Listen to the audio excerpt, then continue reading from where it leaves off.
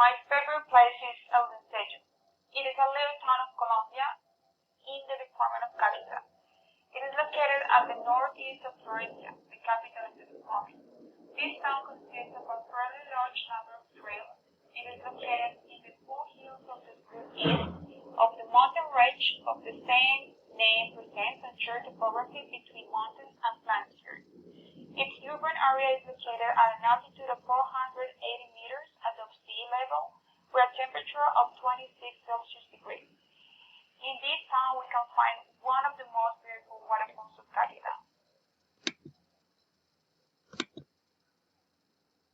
They are mainly located near the stadium and belongs to the southwest of the Bajos of the village.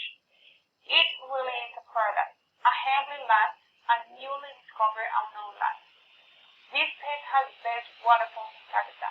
Its name is an Éxito and is 15 minutes from the central town.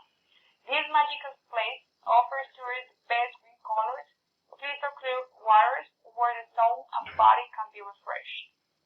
Its water is so attractive, so deep, so clear, that they can encourage you to swim all day and never leave. It's so beautiful to see how nature has such magical and wonderful places. The only bad thing is the route to get there. Only bad